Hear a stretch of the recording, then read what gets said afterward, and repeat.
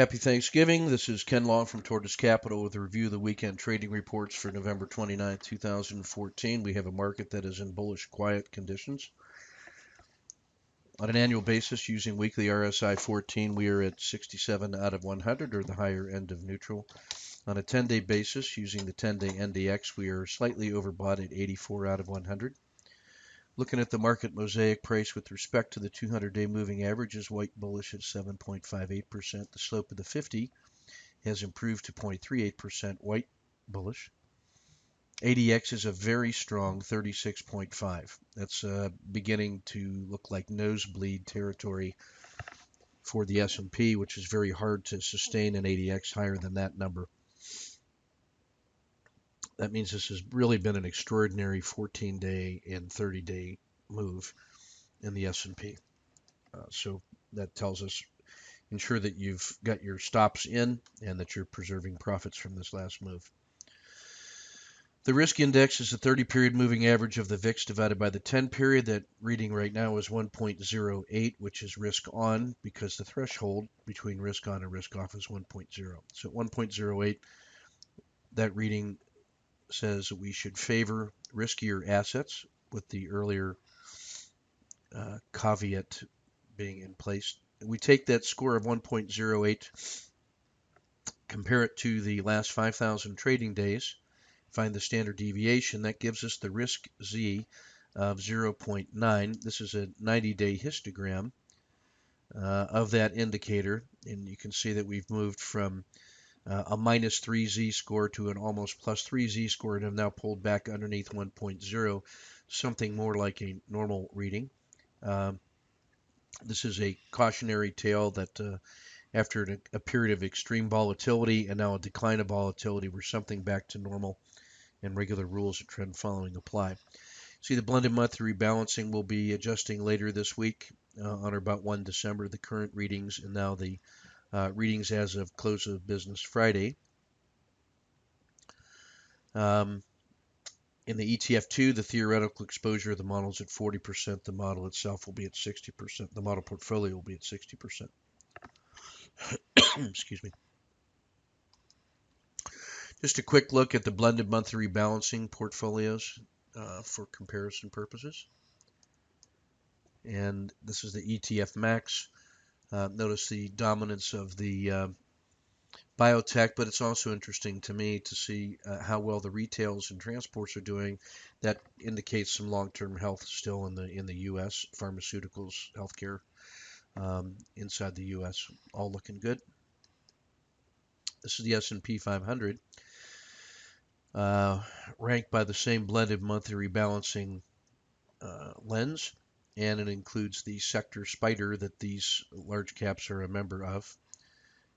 So you can zoom in on the sector that you like. I like green and white, so Staples is of interest to me, as is Macerich, Mylan, and Patterson companies. This is the market health check. You can see that we stabilized this Thanksgiving weekend up here in this transition state from the nice run. The vertical blue lines are 10, 20, and 30 days worth of look back. The horizontal red lines are price levels that have held support in the past and which would act as support on the way down. If these red lines get violated, then they become the price ladder for targets on the short side. The dark blue shaded area is the 30-period Bollinger Band plus or minus 1, the river.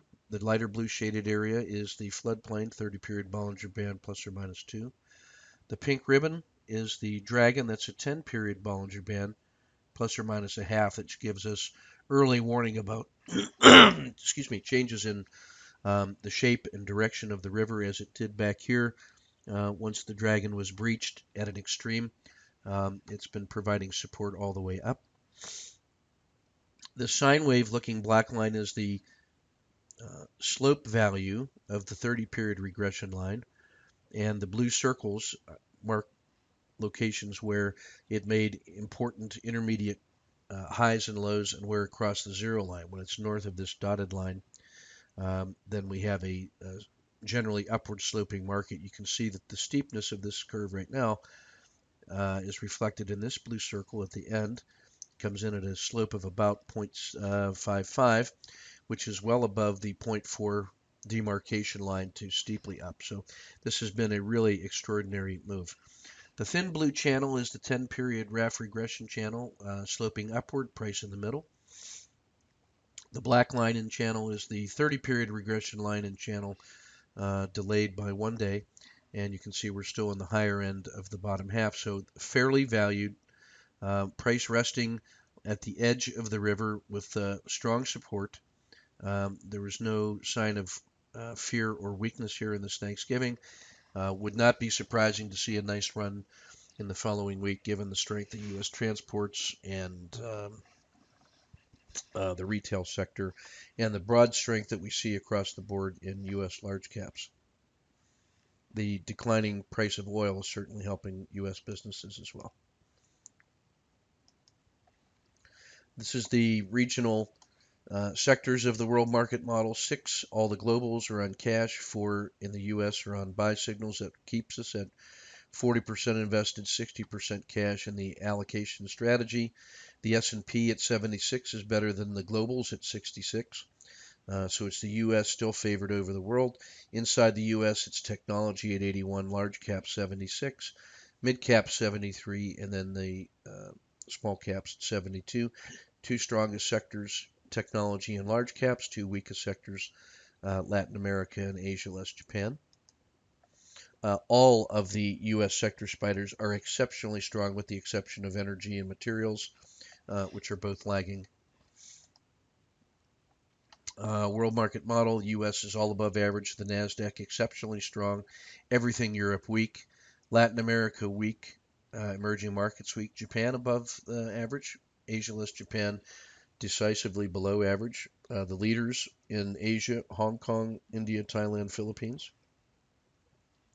You can see just how strong all of the U.S. business sectors are, the relative weakness of energy and the relative strength of tech and healthcare. The dollar is still very strong against the basket of currencies. Quick look at the ETF top 30 based on the ETF2 lens gives us the same insights as the blended monthly rebalancing, slightly different methodology, the same insights. The Dow 30, Nike, Visa, United Health, still the 3 top dogs in the Dow. Green and green strength in Travelers, Intel, Home Depot, and Microsoft. The green and white ones are the ones on the way up, so we should especially be watching Walmart, 3M, Cisco, Coke, Procter & Gamble, DuPont, Goldman, Pfizer, Johnson & Johnson. ExxonMobil and Chevron have joined IBM down here in the red. That's just a function of the declining price of oil. United Tech in the white and yellow is maybe earlier in its rebound phase, so that's one to keep watch on as it struggles to catch up to the rest of the tech sector. ETF liquidity, just statistics on tradability for you. Shifting to the daily. No signals in overreaction or channeling. You can see we've gone into the quiet phase. Some channeling and overreaction in materials and GE. Triple screens for small caps, Microsoft, GE, and then a half a dozen or so that test out better than 2 to 1 using the auto framer technique. A couple candidates where the RSI2 value has come below 10 in ExxonMobil, Caterpillar, and General Electric. Plenty of frog candidates to choose from. And then a couple here in the auto framer looking at the ETF 30 through the same lens, channeling an overreaction in materials. Plenty to choose from in the auto framer, a handful in the RSI2, and some frog candidates as well. So target-rich environment going forward into the week. Statistics from the auto framer for you for mechanical trade framing. And then the regression line fractal framework, identifying those that are exceptionally far above or below their own regression line 270, which we treat as fair value on the daily charts. So IBM is 10 full ATRs below its own 270. So perhaps some value plays in this top set. And then the ones in the red are the ones that are the most advanced above their above their RL270. So Visa and Nike up around 10 and 11 ATRs ahead of their own fair value.